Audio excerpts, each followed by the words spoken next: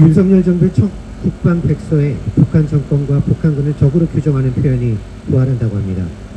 국방백서는 국민들에게 국방 정책을 알리기 위해 국방부에서 발행하는 일종의 보고서 형태의 책자를 말합니다.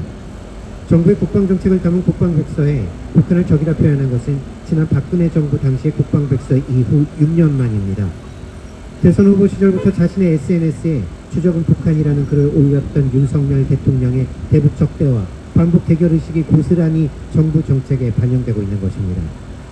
국방부에서는 북한을 적이라 표현하는 근거로 북한의 군사적 도발과 위협이 지속되고 있음을 꼽았습니다만 이미 윤석열 정부의 그간의 행보를 통해 반복 적대의식이 얼마나 심각하게 뿌리박혀 있는지 알 수 있습니다.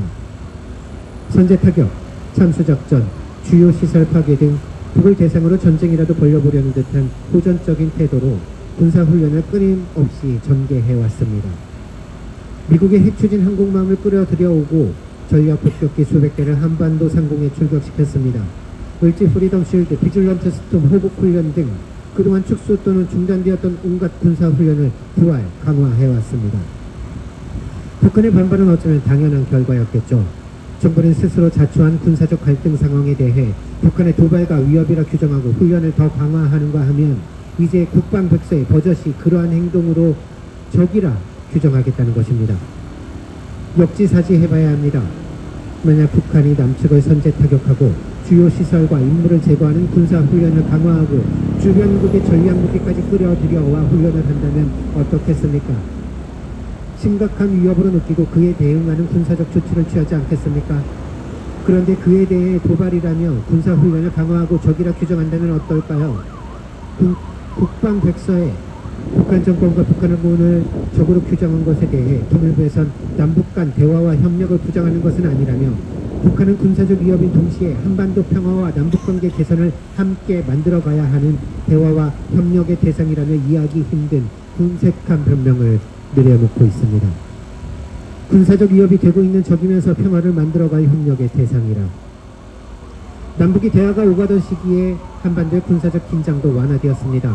반대로 대화가 아닌 적대 정책이 강화될 때 군사적 긴장도 함께 높아져 갔습니다. 윤석열 정부 들어서 불과 몇 개월 만에 한반도는 일촉즉발의 상황으로 군사적 긴장이 높아지고 결국 군사적 위협이 되는 적이 되어버렸습니다.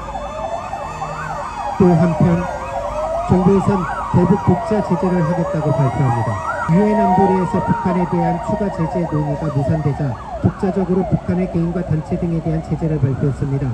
제재 대상과 외환 거래 그리고 금융 거래를 하기 위해선 한국은행 총재와 금융위원회의 사전 허가가 필요하고 허가 없이 거래하면 처벌한다는 내용입니다. 무슨 남북 간 교역이나 교류 협력 사업이 진행되는 것도 아닌 상황입니다. 군사적 긴장이 점점 고조되는 상황입니다. 이런 상황에서 외환 거래는, 금융 거래는 또 무슨 말입니까? 전쟁을 방불케 하는 북을 대상으로 한 전쟁 연습을 벌이면서 이런 제재 조치가 어떤 의미가 있을지 모르겠지만 윤석열 정부에서는 실효성이건 뭐건 꼼꼼하게 할 수 있는 최대한 모든 적대 정책을 늘어놓고 있는 듯합니다.